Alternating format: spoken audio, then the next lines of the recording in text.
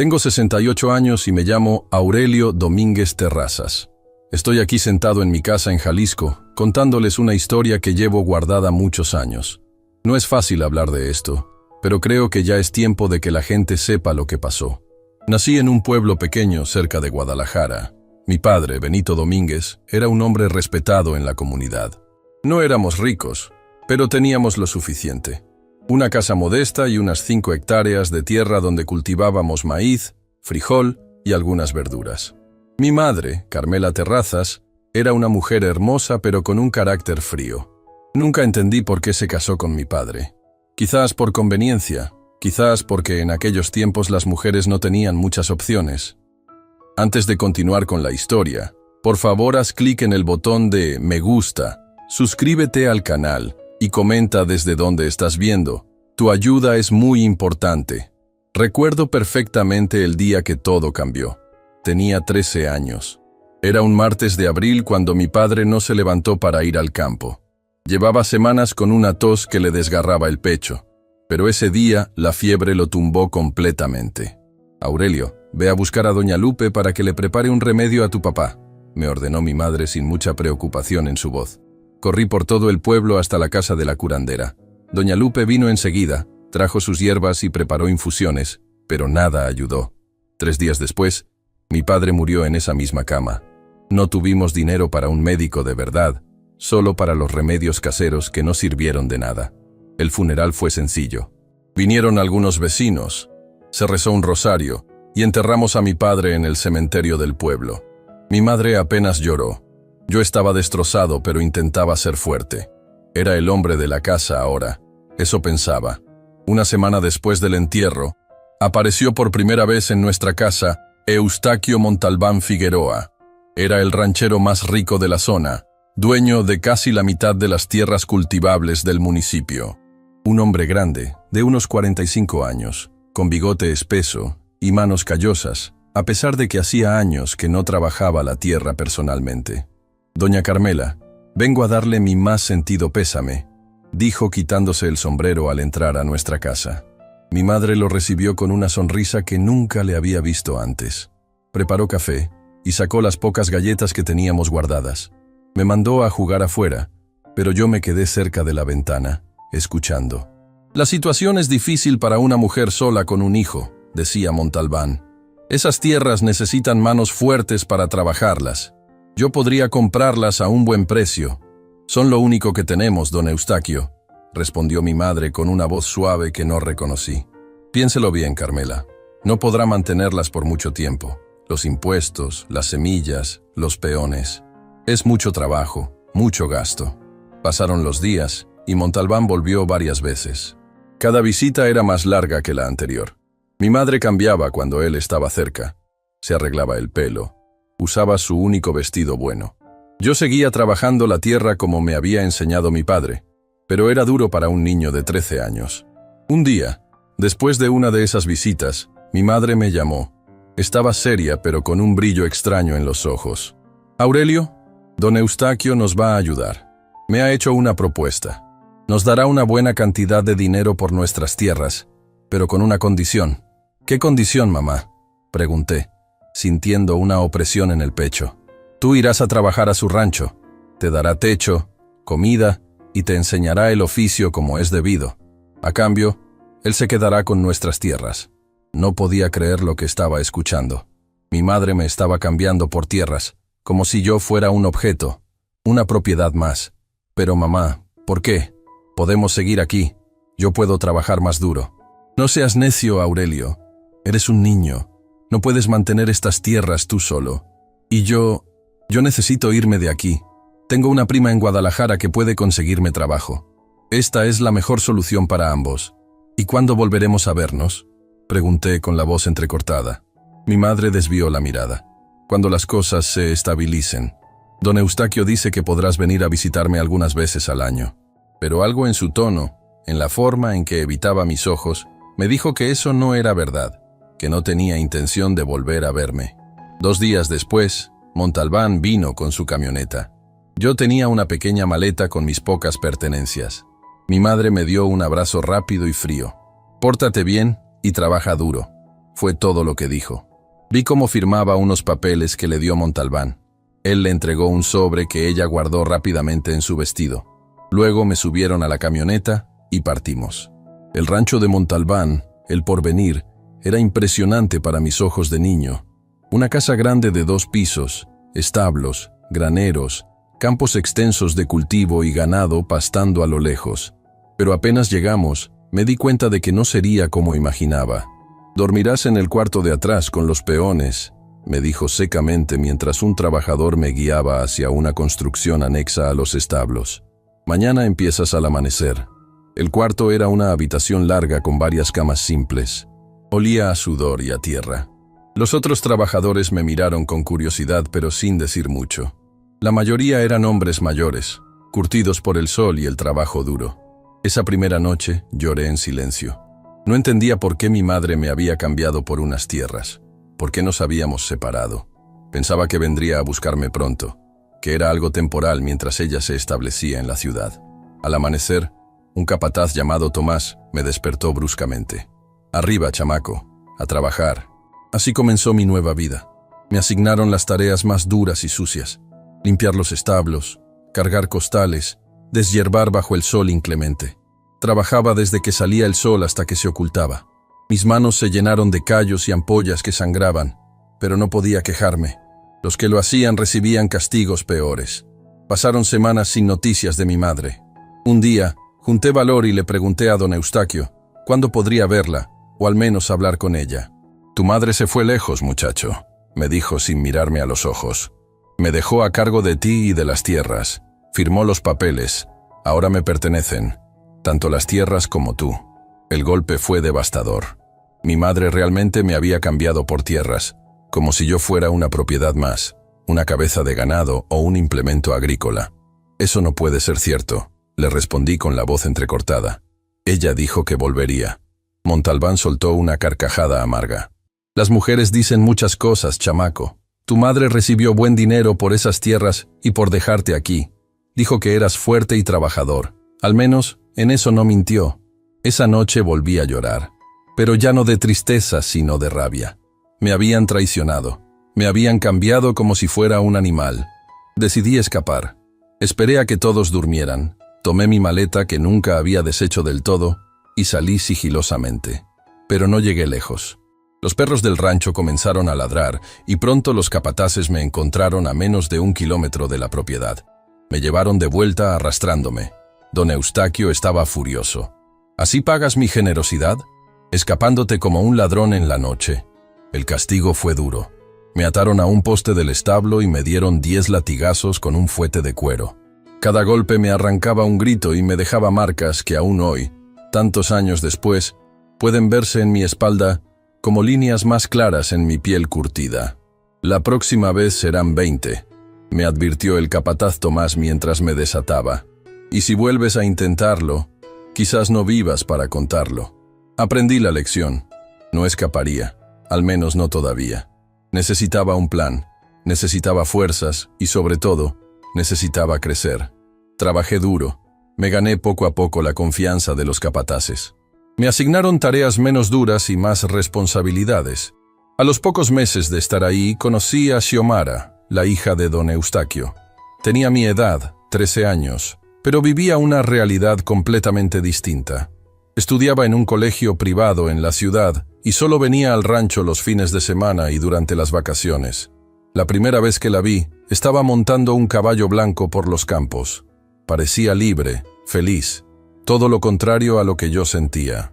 Un día, mientras yo regaba las plantas del jardín cerca de la casa principal, ella se acercó a mí. «Tú eres el nuevo, ¿verdad? ¿El que trajo mi papá?», me preguntó con genuina curiosidad. «Sí, señorita», respondí sin levantar la mirada. «¿Cómo te llamas?» «Aurelio, señorita». «Yo soy Xiomara». «No me digas, señorita. Me hace sentir vieja». Rió con una naturalidad que me desconcertó. Así empezó una extraña amistad. Cuando venía al rancho, Xiomara buscaba excusas para hablar conmigo.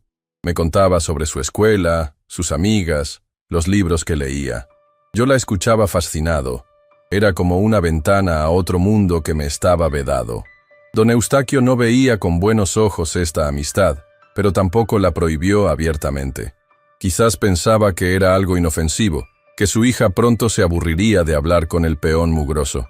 Una tarde, Xiomara me trajo un libro. «Toma, para que no te aburras tanto», me dijo entregándomelo a escondidas. Era un libro de aventuras, simple pero emocionante. Lo leí a la luz de las velas, escondido bajo las sábanas después de que todos se dormían. Fue mi escape, mi pequeña venganza contra la vida que me habían impuesto. El tiempo pasaba y yo crecía. A los 16 años ya era tan fuerte como cualquier hombre del rancho. Trabajaba el doble para demostrar mi valía, pero también porque quería cansarme tanto que no pudiera pensar en mi situación, en mi madre, en las tierras perdidas. Un día, escuché a don Eustaquio hablar con su hijo Joaquín, quien tenía unos 25 años, y era tan despiadado como su padre, pero sin su astucia para los negocios. «Esas tierras de los Domínguez son perfectas», decía don Eustaquio. «Lindan con el río y tienen los derechos de agua que necesitamos para la expansión. ¿Y el muchacho? ¿Qué haremos con él cuando crezca más y empiece a hacer preguntas?», preguntó Joaquín. «Para entonces ya no nos servirá. Lo mandaremos lejos o...». Bueno, los accidentes ocurren en los ranchos todo el tiempo. Sus palabras me helaron la sangre. No solo me habían quitado mi pasado, sino que también planeaban robarme mi futuro. Entendí que nunca sería libre mientras estuviera bajo el poder de los Montalbán. Pero también comprendí que necesitaba ser paciente, esperar el momento adecuado. Y así termina este primer capítulo de mi historia. Una historia de traición, de una madre que cambió a su hijo por tierras, de un hombre poderoso que me trató como propiedad, y de un niño que tuvo que crecer demasiado rápido en un mundo demasiado cruel. Pero les aseguro que esto es solo el comienzo, porque lo que vendría después cambiaría nuestras vidas para siempre. Después de lo que les conté, mi vida en el rancho El Porvenir continuó por varios años. No era fácil, pero me adapté como pudo hacerlo un muchacho de mi edad. Ya con 17 años, me había convertido en uno de los trabajadores más valorados por los capataces, aunque don Eustaquio siempre me miraba con recelo, como si supiera que yo guardaba rencor en mi corazón. Mi amistad con Xiomara siguió creciendo a pesar de las circunstancias. Ella venía al rancho cada vez con más frecuencia, y siempre encontraba la manera de conversar conmigo sin que pareciera sospechoso. Me traía libros a escondidas, me contaba sobre el mundo exterior, y a veces me llevaba comida de la casa grande cuando nadie miraba. «Mi padre no es un buen hombre, Aurelio», me dijo una tarde mientras yo arreglaba una cerca cerca del huerto. «Escucho cosas, comentarios que hace cuando cree que no estoy prestando atención». «¿Qué tipo de cosas?», le pregunté sin dejar de trabajar. Ya habíamos aprendido a hablar sin mirarnos directamente, para no levantar sospechas. «Habla de cómo te consiguió a ti y las tierras de tu familia. Se ríe de eso con sus amigos cuando beben tequila. Dice que tu madre no fue difícil de convencer para cambiarte por las tierras». Sus palabras me dolieron, pero no me sorprendieron. Ya sospechaba que mi madre había sido más que una simple víctima en todo esto. «¿Sabes algo de ella? ¿De mi madre?», le pregunté, intentando que mi voz no revelara mi ansiedad. Xiomara negó con la cabeza. «Solo escuché una vez que se fue a Monterrey con un comerciante, pero fue hace tiempo, cuando recién llegaste. La idea de que mi madre hubiera rehecho su vida tan fácilmente, olvidándose por completo de mí, me dejó un sabor amargo. Pero ya no era el niño que lloraba por las noches. Me había endurecido, me había prometido sobrevivir y algún día recuperar lo que era mío. A los 18 años, don Eustaquio me llamó a la casa grande por primera vez. Nunca antes había entrado allí, salvo para hacer algunas reparaciones en la cocina o el porche. Me recibió en su despacho, una habitación imponente con libreros de madera oscura y un escritorio tallado que debió costar más que todo lo que mi padre tuvo en su vida. «Siéntate, Aurelio», me ordenó señalando una silla frente a su escritorio. Me sorprendió que supiera mi nombre. Para él, yo siempre había sido muchacho o tú. Me senté, incómodo, con la gorra entre las manos. «Has crecido, ya eres un hombre», dijo mientras me examinaba. «Tomás dice que eres buen trabajador, que sabes más del campo que muchos que llevan aquí toda la vida». «Gracias, señor», respondí secamente. «Tengo una propuesta para ti. Las tierras que eran de tu padre, Bueno, ahora son mías, como sabes. Pero estoy pensando en expandir los cultivos hacia esa zona y necesito a alguien que conozca bien esos terrenos. ¿Quiere que trabaje en las tierras de mi familia?, pregunté, incapaz de ocultar mi sorpresa. Ya no son de tu familia, muchacho, me corrigió con dureza. Son mías, igual que tú. Tu madre te cambió por ellas, ¿recuerdas? Pero sí, quiero que las supervises. Te pagaré más que a los otros peones y tendrás tu propia cabaña allí. Es mejor que el cuarto que compartes ahora, ¿no crees? No supe qué responder. Por un lado, la idea de volver a pisar las tierras donde crecí me atraía poderosamente. Por otro, sabía que don Eustaquio no hacía nada por generosidad. ¿Por qué yo?, me atreví a preguntar. Don Eustaquio sonrió, una sonrisa que nunca llegó a sus ojos. Porque conoces cada palmo de esa tierra. Sabes dónde están las mejores zonas para cada cultivo, dónde hay agua en época de sequía, y porque eres joven y fuerte. Además, hizo una pausa. Te he observado todos estos años. No eres como los otros. Tienes ambición, se te nota. Quiero darte una oportunidad. No le creí ni una palabra, pero acepté. Cualquier cosa era mejor que seguir durmiendo en el cuarto común con los otros peones, y sobre todo, me daba la oportunidad de volver a mis raíces, de pisar el terreno donde mi padre me había enseñado a ser un hombre.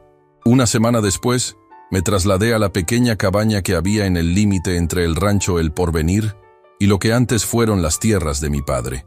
Era una construcción sencilla, una habitación con una cama, una mesa, 2 sillas y una pequeña estufa de leña. Para mí, que había pasado los últimos 5 años durmiendo en un catre rodeado de hombres que roncaban y olían a sudor, era un palacio. Mi trabajo consistía en supervisar a los peones que don Eustaquio envió para preparar la tierra para nuevos cultivos. Eran principalmente cultivos de agave para la producción de tequila, que era el negocio más lucrativo en esa época. Trabajaba de sol a sol, pero por primera vez desde que llegué al rancho, sentía cierta libertad. Una tarde, mientras revisaba los linderos, encontré algo que me dejó helado. En el punto donde nuestra pequeña propiedad limitaba con el río, había una marca en un árbol viejo. Era una cruz tallada en la corteza, ya casi borrada por el tiempo, pero que mi padre me había enseñado años atrás. «Esta cruz marca el verdadero límite de nuestras tierras, Aurelio», me había dicho mi padre cuando yo tenía unos 10 años. «Los papeles dicen que terminan 10 metros antes, pero mi abuelo y el dueño anterior hicieron un acuerdo de palabra. Esta cruz es nuestro verdadero lindero». Recordé que mi padre guardaba un documento viejo en una lata de café que enterramos bajo el suelo de nuestra casa, justo debajo de su cama. Un documento que probaba que teníamos derechos sobre esa franja de tierra junto al río, derechos de agua que eran invaluables en esa región semiárida. ¿Seguiría allí ese documento? ¿Habría alguna posibilidad de recuperarlo? Decidí investigar. Una noche, cuando estaba seguro de que nadie me vigilaba, caminé hasta mi antigua casa. Estaba abandonada, con las ventanas rotas y la puerta desvencijada. Entré con cuidado, alumbrándome con una lámpara de queroseno. Todo estaba como lo recordaba, pero cubierto de polvo y telarañas. Me dirigí directamente a lo que había sido la habitación de mis padres. El suelo de tierra apisonada seguía allí, y con un cuchillo comencé a cavar donde recordaba que estaba la lata. Después de media hora de trabajo, mis manos tocaron metal. La lata estaba allí, oxidada pero intacta. La abrí con manos temblorosas. Dentro estaba el documento, amarillento y frágil, pero legible. Era un acuerdo firmado por mi bisabuelo y el antiguo propietario de las tierras vecinas, reconociendo los derechos de agua y la extensión real de la propiedad de los Domínguez. Un documento que don Eustaquio seguramente desconocía, o no le habría dado tanta importancia a esa franja de tierra. Guardé el papel en mi camisa y volví a enterrar la lata vacía. Era mi primer paso hacia la recuperación de lo que me pertenecía por derecho. Al día siguiente, durante mi ronda habitual, vi a don Eustaquio y a su hijo Joaquín hablando cerca del río, justo en la zona que marcaba el documento. Me escondí detrás de unos arbustos para escuchar. Con los derechos de agua de esta propiedad, podemos desviar parte del río hacia nuestros nuevos cultivos, decía don Eustaquio, señalando el cauce. Los del ejido no podrán quejarse porque según los papeles, nos pertenece esta franja. ¿Y si alguien sabe la verdad? ¿Si hay documentos antiguos?, preguntó Joaquín. No hay nada que temer. respondió don Eustaquio con confianza. La mujer no mencionó ningún otro documento cuando firmó el trueque, y el muchacho era un niño. No sabía nada de papeles legales. Me sorprendió escuchar la palabra trueque. Confirmaba lo que ya sabía. Mi madre me había cambiado literalmente por las tierras, como parte de un intercambio. Yo era parte del trato, como un bien mueble, una propiedad más. Durante las siguientes semanas, observé cómo los hombres de don Eustaquio comenzaban a trabajar en la zona del río. Estaban construyendo un pequeño canal para desviar parte del agua hacia los nuevos cultivos de agave.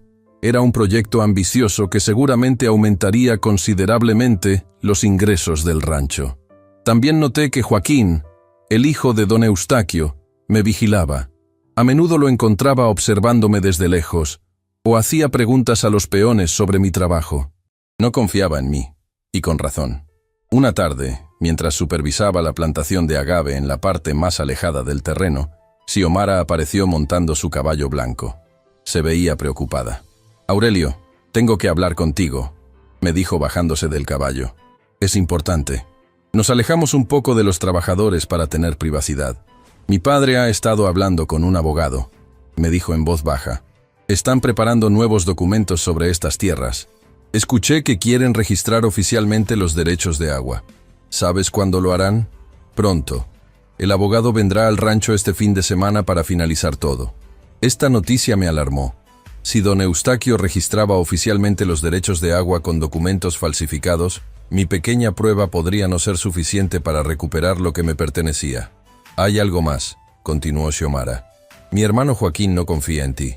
Le ha dicho a mi padre que deberían despedirte, que es peligroso tenerte trabajando en estas tierras». «¿Y qué dijo tu padre?» «Que eres demasiado valioso por ahora, que conoces estas tierras mejor que nadie. Pero cuando terminen con el canal y los nuevos cultivos estén establecidos». No necesitó terminar la frase. Entendí perfectamente lo que significaba. Don Eustaquio no pensaba mantenerme cerca una vez que ya no me necesitara. Quizás incluso tenía planes peores. «Gracias por advertirme, Xiomara», le dije, apretando suavemente su mano. En los últimos años, nuestra amistad había crecido, transformándose en algo más profundo que no nos atrevíamos a nombrar. «Ten cuidado, Aurelio. Mi padre es un hombre peligroso cuando siente que sus intereses están amenazados». Esa noche, en mi cabaña, tomé una decisión. No podía enfrentar directamente a don Eustaquio. Era demasiado poderoso en la región. Necesitaba ayuda, alguien con autoridad suficiente para desafiar al ranchero. Recordé a Santiago Orozco, un policía del pueblo que había sido amigo de mi padre. Un hombre honesto en un lugar donde la honestidad era escasa. No lo había visto en años, pero sabía que seguía trabajando en la comisaría local. Al día siguiente, pedí permiso para ir al pueblo a comprar algunas herramientas. El capataz me lo concedió sin sospechar nada. En el pueblo, me dirigí directamente a la comisaría. Santiago Orozco estaba allí, mucho más viejo de lo que recordaba, pero con la misma mirada seria y justa. «Aurelio, ¿eres el hijo de Benito?», me preguntó sorprendido cuando me vio entrar. «Sí, señor. He venido a hablar con usted sobre algo importante». Le conté mi historia, desde cómo mi madre me había cambiado por tierras a don Eustaquio, hasta el documento que había encontrado. Santiago me escuchó atentamente, su rostro endureciéndose a medida que avanzaba mi relato. «Don Eustaquio Montalbán tiene mucha influencia en este pueblo, Aurelio», me dijo cuando terminé. «Ha comprado a jueces, a funcionarios. No será fácil enfrentarlo». «Lo sé, pero tengo el documento original. Y usted conocía a mi padre. Sabe que era un hombre honesto». Santiago asintió lentamente. «Tu padre era mi amigo, uno de los pocos hombres verdaderamente buenos que he conocido. Te ayudaré, pero necesitaremos más pruebas. Algo que demuestre que Montalbán obtuvo esas tierras de manera fraudulenta y que el trueque incluyó a un menor de edad, lo cual es ilegal». «¿Cómo qué?» «Como una confesión, o algún documento que muestre que falsificó papeles o que te incluyó explícitamente en el trueque. Algo concreto que pueda presentar ante un juez que no esté en su nómina». Salí de la comisaría con una mezcla de esperanza y miedo. Tenía un aliado, pero también un desafío enorme por delante. Conseguir pruebas contra don Eustaquio sería extremadamente peligroso. De regreso en el rancho, seguí con mi rutina normal para no levantar sospechas, pero observaba, escuchaba. Buscaba cualquier oportunidad de encontrar esas pruebas que necesitaba. Una noche, mientras cenaba en mi cabaña, escuché el ruido de un caballo acercándose. Me asomé con cautela y vi a Joaquín desmontando frente a mi puerta. Venía solo, lo cual era inusual. Normalmente siempre iba acompañado de algún capataz o trabajador de confianza. «Aurelio, abre la puerta. Tenemos que hablar», gritó golpeando con fuerza. Abrí, intentando mantener mi expresión neutral a pesar de la alarma que sentía. «Buenas noches, don Joaquín. ¿En qué puedo servirle?», pregunté con falsa humildad. Joaquín entró sin esperar invitación. Tenía los ojos enrojecidos y olía a tequila. Estaba ebrio, lo cual lo hacía más peligroso aún. «¿Sabes por qué estoy aquí, verdad?», me dijo, acercándose amenazadoramente. «He visto cómo miras estas tierras como si todavía fueran tuyas, y he visto cómo miras a mi hermana». «No sé de qué habla, señor», respondí, manteniendo la calma. «No te hagas el inocente. Sé que fuiste al pueblo hoy, y no solo a comprar herramientas. Te vieron hablando con ese policía Orozco. Mi corazón se aceleró. Había sido descuidado. No pensé que me estarían vigilando tan de cerca. Solo saludé a un viejo conocido, señor. Nada más». Joaquín se rió, una risa fría y calculadora a pesar de su estado de ebriedad. «Mi padre piensa que eres útil, que conoces estas tierras mejor que nadie, pero yo sé que eres una amenaza, y las amenazas en mi rancho se eliminan. Este no es su rancho aún, don Joaquín. Es de su padre. Fue un error». Vi la ira encenderse en sus ojos antes de que su puño se estrellara contra mi cara. Caí hacia atrás, sintiendo el sabor metálico de la sangre en mi boca. «Cuida tus palabras, peón», escupió Joaquín, «porque un día, muy pronto, este rancho será mío. Y ese día, tú no estarás aquí para verlo». Se dio la vuelta y salió, cerrando la puerta de un golpe tan fuerte que toda la cabaña tembló. Me quedé allí, en el suelo, limpiando la sangre de mi labio partido. La amenaza de Joaquín era clara, y sabía que no eran palabras vacías. Mi tiempo se estaba agotando. Necesitaba actuar rápido. Y así termina este segundo capítulo de mi historia. Las amenazas se volvían más directas, los peligros más evidentes, pero también había encontrado esperanza. Un documento que podría ser mi salvación y un aliado que estaba dispuesto a ayudarme. Lo que no sabía entonces era que los acontecimientos se precipitarían de una manera que jamás hubiera podido imaginar, cambiando para siempre el destino de todos nosotros. Después de la amenaza de Joaquín, pasé una noche intranquila, planeando mis próximos movimientos. Sabía que debía ser extremadamente cuidadoso. Un paso en falso y podría perderlo todo, incluso mi vida. A la mañana siguiente, mientras trabajaba en los nuevos cultivos de agave, vi a don Eustaquio llegar con un hombre de traje. Por su aspecto y la forma en que don Eustaquio lo trataba, supuse que era el abogado del que me había hablado Xiomara. Se dirigieron hacia la zona del río, donde estaban construyendo el canal de desviación. Durante todo el día fingí trabajar normalmente, pero no perdía de vista a los dos hombres. Tomaban medidas, consultaban papeles, señalaban diferentes puntos del terreno. Estaban preparando todo para registrar oficialmente los derechos de agua. Al atardecer, cuando el abogado y don Eustaquio regresaron a la casa grande, decidí seguirlos discretamente. Necesitaba escuchar su conversación. Quizás obtener alguna información que pudiera usar a mi favor. Me acerqué a la casa principal por la parte trasera, evitando a los trabajadores que aún estaban en los campos. Me escabullí hasta una ventana del despacho de don Eustaquio que daba al jardín lateral, parcialmente oculta por unos arbustos. La ventana estaba entreabierta, lo suficiente para escuchar la conversación.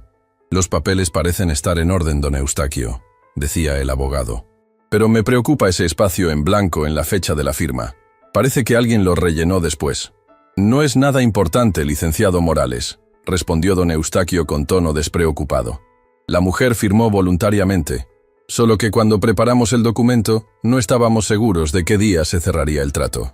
«Entiendo», dijo el abogado, aunque su tono sugería cierta duda. «También noto que no hay testigos en la firma. En transacciones de tierras, siempre es recomendable tener testigos». Era una época difícil, licenciado. La mujer acababa de perder a su marido.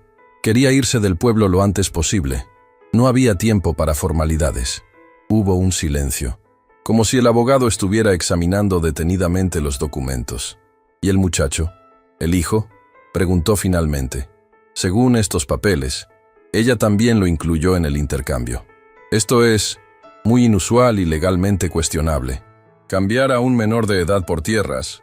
El muchacho no tenía a nadie más, respondió don Eustaquio, y pude detectar cierta tensión en su voz. Lo acogí por caridad cristiana. Le di techo, comida, trabajo. Podría haberlo dejado en el orfanato. Claro, concedió el abogado. Es solo que, si algún día el muchacho decidiera impugnar estos documentos, no lo hará, interrumpió don Eustaquio con firmeza. No tiene los medios, ni la educación, ni las pruebas. Además, pronto ya no será un problema. ¿A qué se refiere? Estoy pensando en enviarlo a trabajar a mi rancho en Sonora, una vez que terminemos con los cultivos aquí. Está muy lejos, en la frontera. De allí no volverá. Mi corazón se aceleró al escuchar estas palabras. No solo confirmaban mis sospechas sobre los planes que tenían para mí, sino que también revelaban que los documentos de venta tenían irregularidades. Y lo más importante, había una mención explícita en los papeles de que yo había sido parte del intercambio, cambiado por las tierras. Eso podría ser la prueba que Santiago necesitaba. Estaba tan concentrado escuchando que no noté a alguien acercándose por detrás hasta que sentí una mano en mi hombro. Me giré sobresaltado, preparado para luchar, pero me encontré con los ojos asustados de Xiomara. Me llevó un dedo a los labios, indicándome silencio, y me hizo señas para que la siguiera. Nos alejamos silenciosamente de la casa, hacia un pequeño cobertizo de herramientas. «¿Qué haces espiando el despacho de mi padre?», me preguntó una vez que estuvimos seguros. «Si te descubren, te matarán, Aurelio». «Necesitaba saber qué están planeando», respondí. «Y tenías razón. Tu padre va a registrar oficialmente los derechos de agua con documentos falsificados». «No solo eso», dijo Xiomara, su rostro pálido por la preocupación. «Escuché a mi hermano Joaquín hablar con mi padre anoche. Quiere deshacerse de ti lo antes posible. Dice que eres una amenaza, que conoces demasiado sobre las tierras y los documentos. Tu padre mencionó enviarme a un rancho en Sonora. Eso es lo que te dirán, pero no creo que sea verdad. Joaquín, él sugirió algo peor, un accidente». La palabra quedó flotando entre nosotros, cargada de significado. No era la primera vez que un peón moría en un accidente en el rancho. «Necesito pruebas concretas de la falsificación», le dije. «Algo que pueda mostrar a las autoridades». Xiomara pareció dudar un momento, mordiéndose el labio inferior. Finalmente, tomó una decisión. «Sé dónde guarda mi padre todos los documentos importantes. Tiene una caja fuerte detrás del cuadro en su despacho. La combinación es la fecha de nacimiento de mi madre. ¿Podrías...?» «No», me interrumpió. «Es demasiado peligroso que yo los tome. Mi padre sospecharía de mí inmediatamente, pero puedo distraerlo mañana por la tarde. Tiene una reunión con el licenciado Morales y otros hombres en el pueblo. Si le pido que me lleve para hacer compras, tendrás unas horas para entrar al despacho». Era arriesgado, extremadamente arriesgado, pero también era mi mejor oportunidad. «¿Cuál es la fecha de nacimiento de tu madre?», le pregunté. 7 de marzo de 1915. La combinación es 070315. Asentí, memorizando los números. «Xiomara, ¿por qué me ayudas?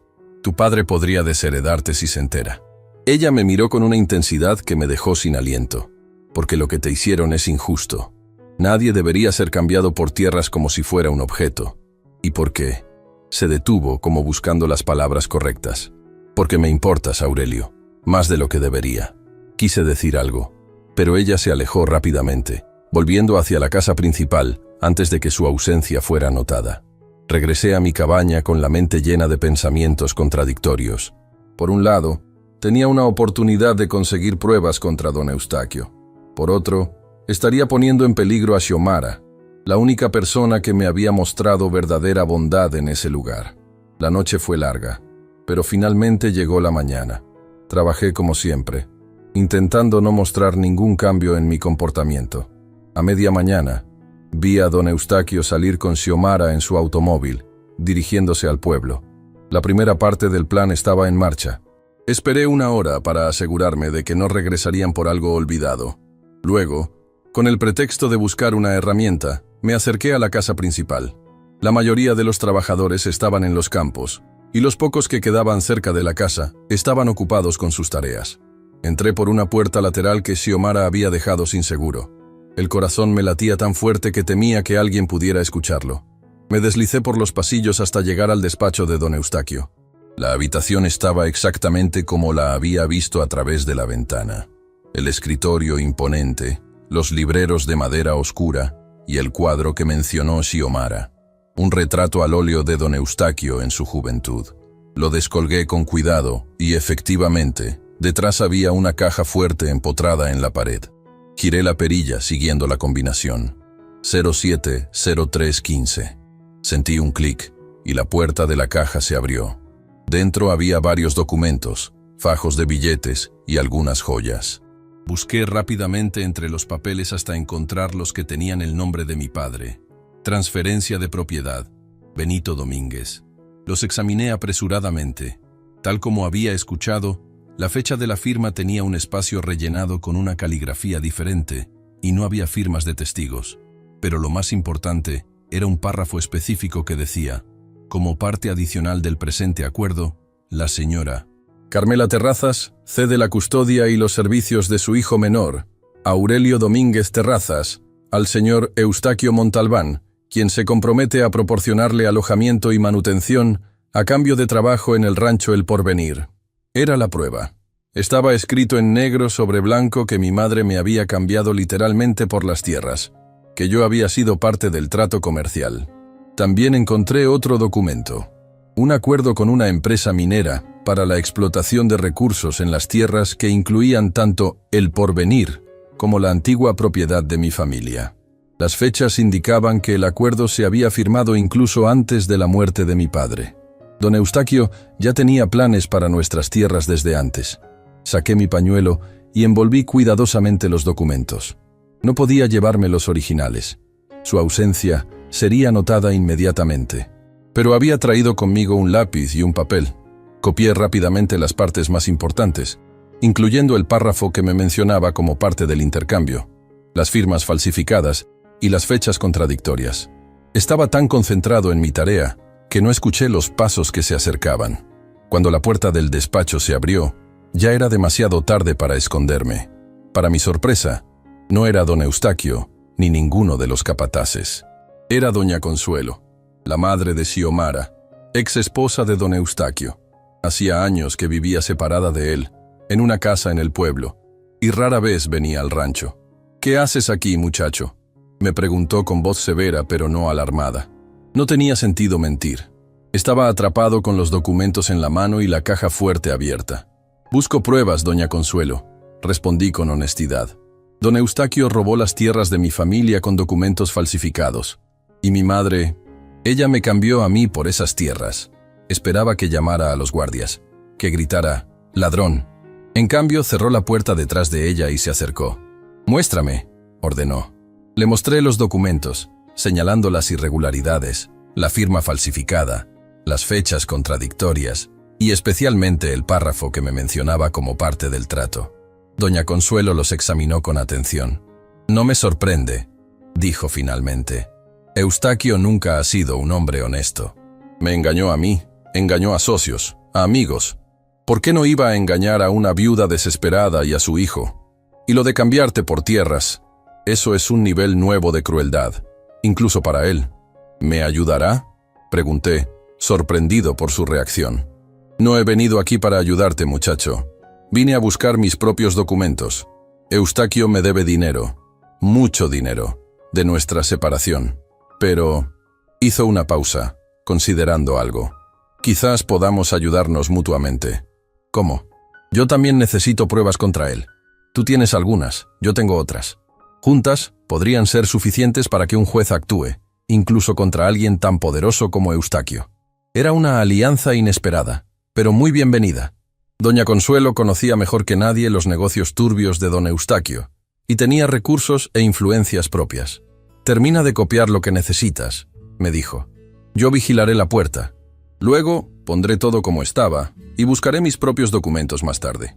Trabajé rápidamente, copiando todos los detalles relevantes. Cuando terminé, volví a colocar los documentos en la caja fuerte exactamente como los había encontrado. «Gracias, doña Consuelo», le dije mientras cerraba la caja. No me agradezcas aún, muchacho. Esto apenas comienza. Ahora vete, antes de que alguien te vea. Salí del despacho con mis copias escondidas en la camisa. El corazón aún me latía con fuerza, pero ahora era por la esperanza más que por el miedo. Tenía las pruebas que necesitaba. Esa noche, en mi cabaña, examiné cuidadosamente las copias que había hecho.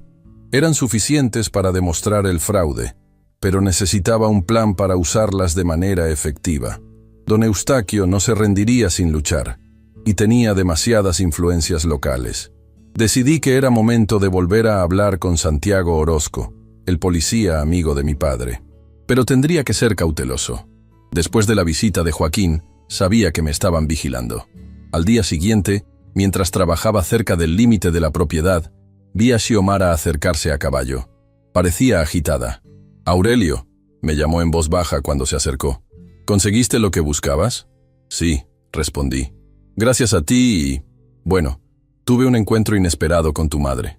Los ojos de Xiomara se abrieron con sorpresa. «¿Mi madre? ¿Estuvo en el rancho?» «Sí, me encontró en el despacho, pero no me delató. Al contrario, me ayudó». «Eso sí que es una sorpresa», dijo Xiomara. «Mi madre y mi padre, su separación no fue amistosa, pero no pensé que ella te ayudaría. Parece que tiene sus propias cuentas pendientes con don Eustaquio». «Eso no me sorprende», respondió Xiomara con amargura. «Pero tengo que advertirte, Aurelio. Mi hermano Joaquín está cada vez más sospechoso.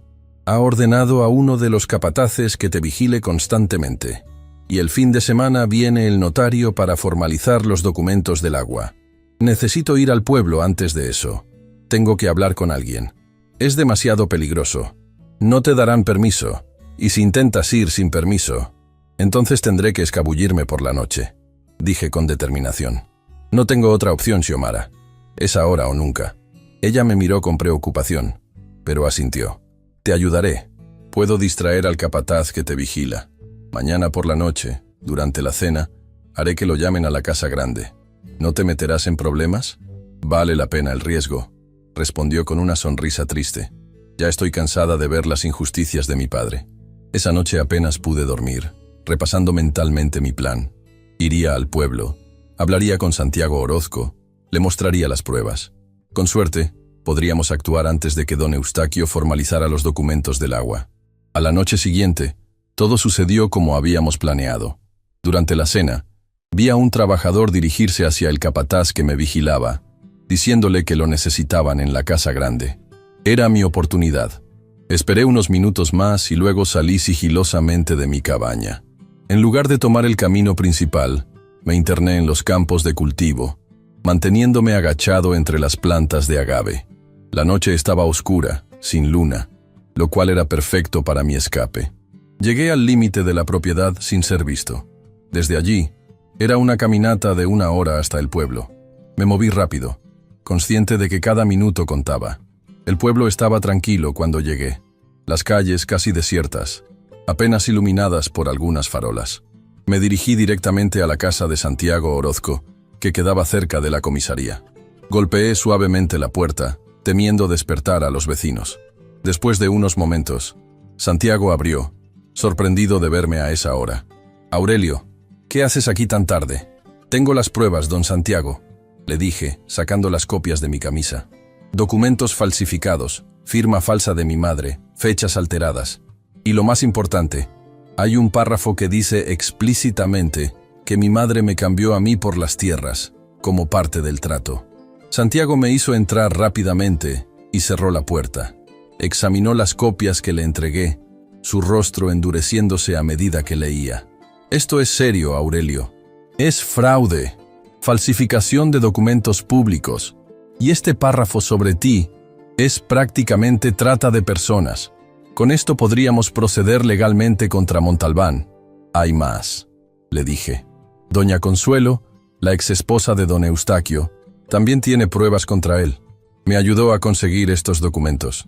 Santiago levantó las cejas, sorprendido. «Doña Consuelo está involucrada.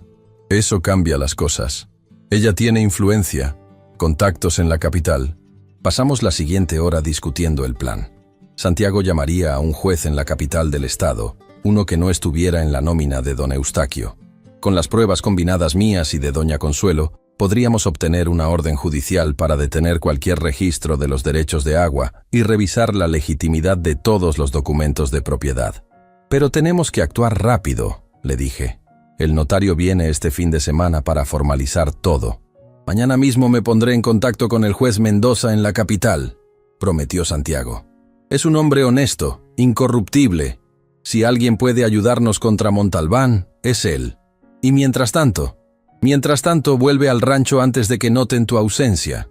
Actúa normalmente. No despiertes sospechas. Y por lo que más quieras, ten cuidado. Montalbán es peligroso cuando se siente acorralado. Salí de la casa de Santiago con una mezcla de esperanza y ansiedad. Por primera vez en años, veía una posibilidad real de justicia, de recuperar lo que era mío por derecho. Pero también sabía que los próximos días serían los más peligrosos. El camino de regreso al rancho me pareció más largo y oscuro. Cada ruido me sobresaltaba, temiendo ser descubierto. Finalmente, llegué al límite de la propiedad y me deslicé entre los cultivos hacia mi cabaña. Estaba a unos metros de la puerta cuando escuché un ruido detrás de mí. Me giré bruscamente y me encontré cara a cara con Joaquín Montalbán. «Buenas noches, Aurelio», dijo con una sonrisa fría. «¿Disfrutando de un paseo nocturno?» Y así termina este tercer capítulo de mi historia. Atrapado en medio de la noche por el hijo de don Eustaquio, con las pruebas del fraude escondidas en mi camisa y un plan de justicia que apenas comenzaba a tomar forma. El momento decisivo se acercaba, y yo estaba atrapado entre la esperanza de recuperar lo mío y el peligro inmediato que representaba Joaquín Montalbán, de pie frente a mí en la oscuridad, con una mirada que prometía solo problemas.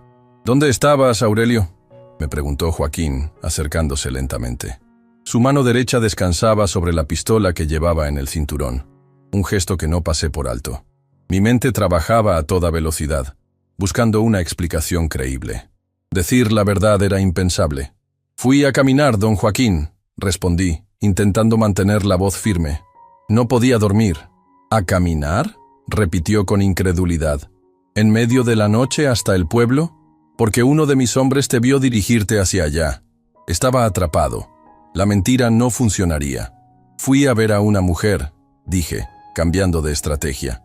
«Hay una muchacha en el pueblo, la hija de doña Teresa, la panadera. Nos vemos a escondidas algunas veces». Joaquín me miró fijamente, evaluando mi respuesta. Sabía que estaba mintiendo, pero no podía probar lo contrario. «¿Arriesgas tu trabajo por una aventura con una panadera?», preguntó con desdén. «Eres más estúpido de lo que pensaba». «Los hombres hacemos tonterías por las mujeres, don Joaquín», respondí, forzando una sonrisa avergonzada. «No volverá a pasar». Joaquín se acercó más, hasta que pude oler el tequila en su aliento. «Si descubro que me estás mintiendo, Aurelio, lo pagarás caro». «Muy caro». «Le digo la verdad, patrón», insistí, bajando la mirada en señal de sumisión. Finalmente, Joaquín retrocedió un paso. «Vete a dormir, y no más escapadas nocturnas, o el próximo paseo será directo a la fosa que cavarás tú mismo». «Sí, patrón». «Gracias, patrón». Joaquín se dio la vuelta y se alejó hacia la casa grande. Esperé hasta que desapareció de vista antes de entrar a mi cabaña. Dentro, me dejé caer en la cama, temblando. Había estado a punto de perderlo todo. Saqué las copias de los documentos de mi camisa y las escondí debajo de una tabla suelta del suelo. Luego me tumbé en la cama, pero no pude dormir. El encuentro con Joaquín me había dejado demasiado agitado. Al amanecer, me levanté para iniciar mi jornada de trabajo como si nada hubiera pasado. Pero sabía que Joaquín estaría vigilándome aún más de cerca. Necesitaba ser extremadamente cauteloso. Durante la mañana, mientras supervisaba el trabajo en los campos, vi a Xiomara acercarse a caballo. Se detuvo a cierta distancia, como si estuviera admirando el paisaje, pero era una señal para mí. Me acerqué con disimulo, fingiendo revisar las plantas de agave. Joaquín me interceptó anoche cuando regresaba. Le dije en voz baja, sin mirarla directamente. «Lo sé», respondió ella. «Escuché a mi hermano hablar con mi padre esta mañana. No te cree, pero no tiene pruebas. ¿Qué más dijeron? El notario viene mañana, no el fin de semana como pensábamos. Van a acelerar todo el proceso. Mi padre está nervioso por algo. Quiere tener los documentos firmados cuanto antes». Esta noticia me alarmó. Santiago necesitaba más tiempo para contactar al juez y obtener la orden judicial. Necesito avisarle a Santiago, le dije. Pero no puedo ir al pueblo. Joaquín me estará vigilando. Yo iré, ofreció Xiomara. Puedo decir que voy de compras. Nadie sospechará de mí. Es peligroso involucrarte más, Xiomara. Ya estoy involucrada, Aurelio, respondió con determinación. ¿Dónde encuentro a Santiago? ¿En la comisaría o en su casa, junto a la iglesia? Dile que el notario viene mañana, que necesitamos la orden judicial hoy mismo. Xiomara asintió y se alejó al galope. La observé marcharse con una mezcla de gratitud y preocupación. Se estaba arriesgando demasiado por ayudarme. El día transcurrió lentamente. Trabajé con normalidad, pero cada vez que veía a Joaquín o a alguno de sus hombres acercarse, sentía que el corazón se me aceleraba. Esperaba noticias de Xiomara, alguna señal de que había contactado a Santiago. Al atardecer, cuando regresaba a mi cabaña, uno de los jóvenes peones se acercó a mí discretamente. «Don Aurelio», me dijo en voz baja. «La señorita Xiomara me pidió que le dijera que el pájaro ya voló. No sé qué significa, pero dijo que usted entendería». Era una señal. Santiago había recibido el mensaje y estaba actuando. El pájaro era la orden judicial, que ya estaba en camino desde la capital. «Gracias, muchacho», le respondí, dándole una moneda. «No se lo menciones a nadie». Esa noche, mientras cenaba en mi cabaña, escuché un alboroto en la dirección de la casa grande. Voces elevadas, pasos apresurados. Algo estaba sucediendo. Me asomé con cautela. Vi luces encendidas en todas las habitaciones de la casa principal y varios hombres a caballo en el patio. Entre ellos, reconocí a Santiago Orozco, vestido con su uniforme de policía.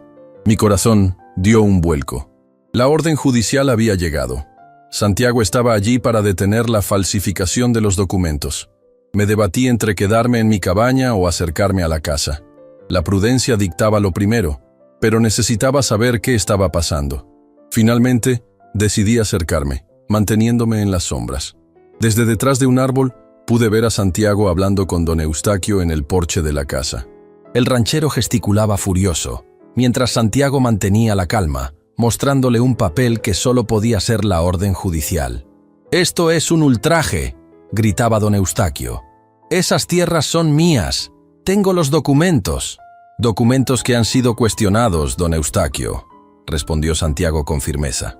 «El juez Mendoza ha ordenado la suspensión de cualquier transacción relacionada con esas propiedades hasta que se investigue a fondo».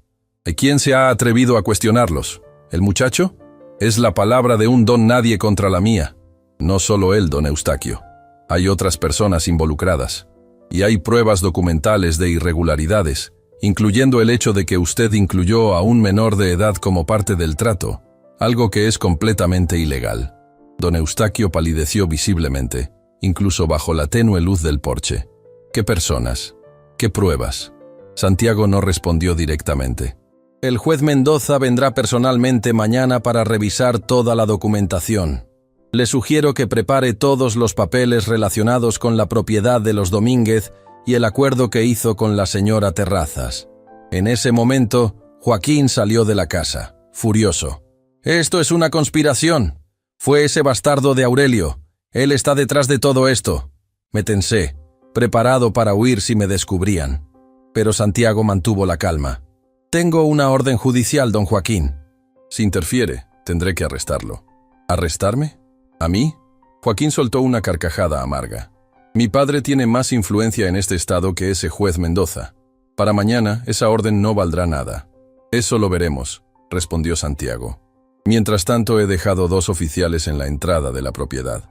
Nadie puede entrar o salir sin mi autorización, y vendrán más refuerzos por la mañana». Don Eustaquio, que había estado inusualmente silencioso, finalmente habló. «Está bien, Santiago. Cooperaremos con la investigación. No tenemos nada que ocultar. Los documentos están en regla». «Me alegra oírlo, don Eustaquio. Volveré mañana con el juez a las 10». Santiago montó su caballo y se alejó, dejando a don Eustaquio y Joaquín en el porche, visiblemente alterados. Me escabullí de vuelta a mi cabaña, con el corazón latiendo a toda velocidad. Las cosas se estaban moviendo más rápido de lo que esperaba. La justicia que había soñado durante años finalmente parecía posible. pero también sabía que las próximas horas serían críticas. Don Eustaquio no se rendiría sin luchar. Intentaría destruir pruebas, sobornar testigos, usar todas sus influencias para evitar que la verdad saliera a la luz. Apenas había llegado a mi cabaña cuando escuché pasos acercándose. Me preparé para lo peor, pero para mi sorpresa, era Xiomara quien entró apresuradamente. «Aurelio, no hay tiempo», me dijo, visiblemente agitada. «Mi padre está furioso. Ha ordenado a Joaquín que te lleve al rancho de Sonora esta misma noche, antes de que llegue el juez mañana». «¿Llevarme? Querrás decir matarme», respondí con amargura. «Probablemente», admitió ella con tristeza. «Mi padre nunca acepta perder. Debes irte ahora, esconderte en el pueblo hasta mañana. ¿Y dejarte aquí? Joaquín sospechará que me ayudaste. Yo estaré bien. Mi madre ha venido con Santiago. Está en el pueblo ahora, esperando al juez. Ella me protegerá». La noticia de que doña Consuelo había regresado con Santiago me sorprendió. Al parecer, la alianza entre todos los que tenían cuentas pendientes con don Eustaquio estaba dando frutos. «Ven conmigo», le pedí. «No confío en tu padre ni en Joaquín». Xiomara negó con la cabeza. «No puedo. Si desaparecemos los dos juntos, será peor. Además, puedo ser más útil aquí, vigilando sus movimientos». Antes de que pudiera protestar, escuchamos voces fuera. Joaquín y varios hombres se acercaban a la cabaña. «Rápido, por la ventana trasera», susurró Xiomara. Sin tiempo para más discusiones, tomé los documentos escondidos bajo la tabla del suelo y salí por la pequeña ventana posterior. Xiomara me dio un último apretón en la mano antes de empujarme hacia la oscuridad. Me deslicé entre las sombras, alejándome de la cabaña justo cuando Joaquín y sus hombres entraban por la puerta principal. Escuché sus gritos de frustración al descubrir que no estaba allí. «Búsquenlo», ordenó Joaquín. «No puede haber ido lejos». Me moví rápidamente entre los cultivos de agave, aprovechando la oscuridad y mi conocimiento del terreno. Sabía que debía dirigirme al pueblo, donde Santiago había dejado oficiales en la entrada de la propiedad, pero al llegar cerca del límite, vi que Joaquín había sido astuto. Había enviado hombres para bloquear el camino principal. No podría pasar por allí sin ser visto. Decidí entonces tomar un desvío, atravesando el río por un punto donde sabía que era menos profundo. Era un camino más largo y peligroso, pero mi única opción. El agua estaba fría y la corriente más fuerte de lo que recordaba. Avancé con dificultad, sintiendo cómo mis pies se hundían en el lodo del fondo. A mitad de camino, escuché voces y ladridos de perros. Joaquín había soltado a los perros de caza para rastrearme. Me sumergí hasta el cuello, intentando que mi olor no llegara a los animales. Contuve la respiración mientras pasaban por la orilla, guiados por hombres con linternas. Cuando se alejaron, continué mi travesía hasta la orilla opuesta. Empapado y temblando, pero seguro por el momento, seguí avanzando por un sendero poco transitado que conocía desde mi infancia. Era el mismo camino que mi padre y yo usábamos para ir a pescar al río. Después de lo que pareció una eternidad, divisé las luces del pueblo. Nunca me habían parecido tan hermosas, tan prometedoras. Me dirigí directamente a la comisaría, donde Santiago había dicho que esperaría. Para mi sorpresa, encontré allí no solo a Santiago, sino también a doña Consuelo y al juez Mendoza, que había llegado antes de lo previsto. El juez era un hombre de aspecto severo, con canas en las sienes y ojos penetrantes que parecían capaces de ver a través de cualquier mentira. «Así que tú eres Aurelio Domínguez», dijo cuando me presentaron. «Santiago y doña Consuelo me han contado tu historia. Una historia bastante extraordinaria, debo decir». «Es la verdad, su señoría», respondí, entregándole las copias de los documentos que había salvado. «Aquí están mis pruebas». El juez examinó los papeles con atención, comparándolos con otros documentos que doña Consuelo había proporcionado. «Hay claras irregularidades», dictaminó finalmente. «La firma falsificada, las fechas alteradas, los testigos inexistentes. Y este párrafo que te menciona explícitamente como parte del trato comercial es escandaloso. Intercambiar a un menor de edad por tierras es no solo moralmente reprobable, sino completamente ilegal». «¿Será suficiente para recuperar mis tierras?», pregunté con esperanza. «Es un comienzo sólido», respondió el juez. «Pero necesitaremos testigos, declaraciones juradas. Y Montalbán no se rendirá fácilmente. Yo testificaré, dijo doña Consuelo con firmeza. Conozco todos sus negocios sucios, todas sus maniobras, y tengo documentos que demuestran otros fraudes similares que ha cometido a lo largo de los años. Y yo puedo aportar testimonios de otros afectados, añadió Santiago. No es la primera vez que Montalbán se apropia de tierras de manera dudosa o trata a las personas como mercancía. El juez asintió, satisfecho. Bien, mañana procederemos formalmente. Mientras tanto, Aurelio, te quedarás aquí en la comisaría, por tu seguridad. Esa noche dormí por primera vez en mucho tiempo con una sensación de paz. La justicia estaba en marcha, pero mi preocupación por Xiomara no me dejaba descansar completamente. Esperaba que estuviera a salvo, que Joaquín no hubiera descubierto su participación en mi escape. A la mañana siguiente, Santiago, el juez Mendoza y yo, junto con 4 oficiales armados, nos dirigimos al rancho El Porvenir. Doña Consuelo nos seguía en su propio automóvil.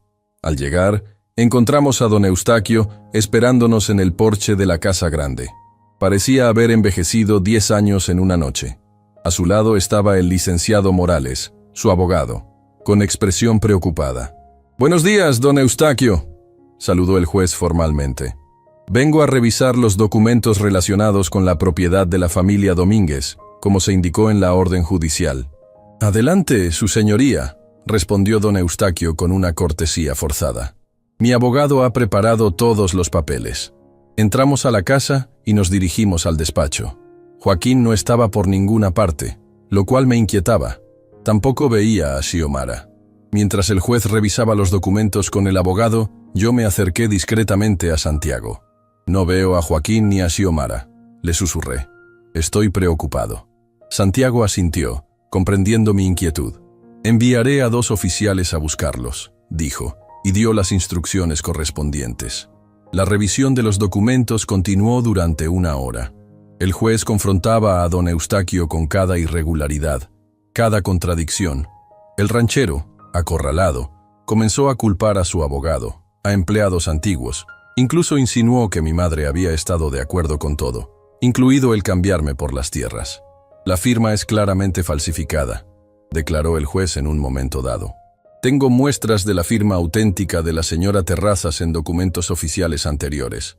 Y el párrafo que menciona a Aurelio como parte del trato es ilegal», añadió. «Un menor de edad no puede ser objeto de un intercambio comercial. Esto es prácticamente trata de personas».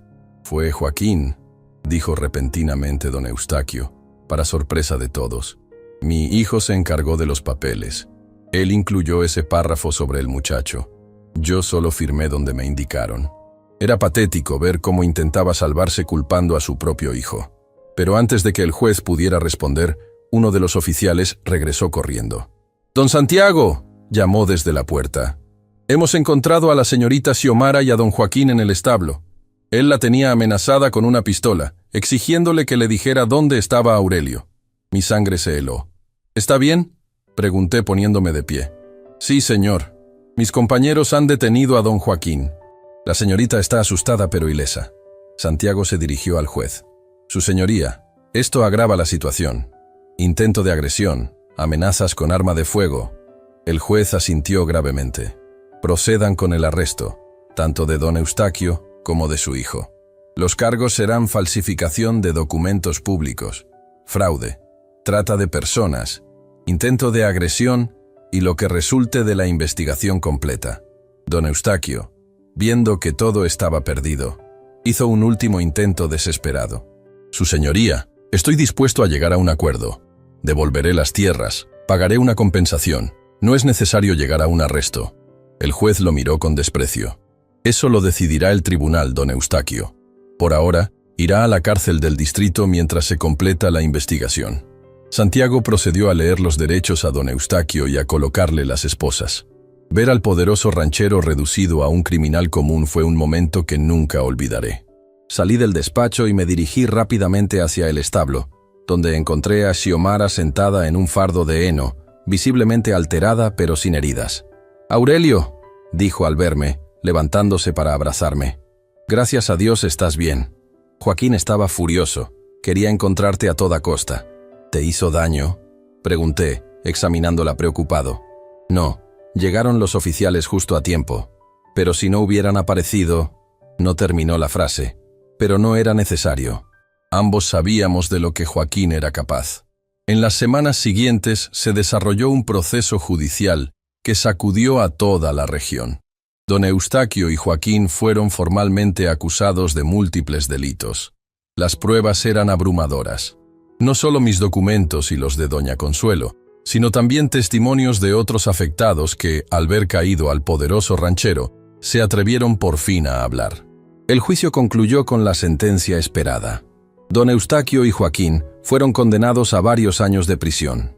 Las tierras que me habían arrebatado fueron devueltas a mi nombre, junto con una compensación por todos los años de trabajo forzado y por haber sido tratado como propiedad en un intercambio ilegal. Pero la victoria tenía un sabor agridulce. Tantos años perdidos, tanta juventud desperdiciada en el rancho de los Montalbán. Nada podría devolverme eso.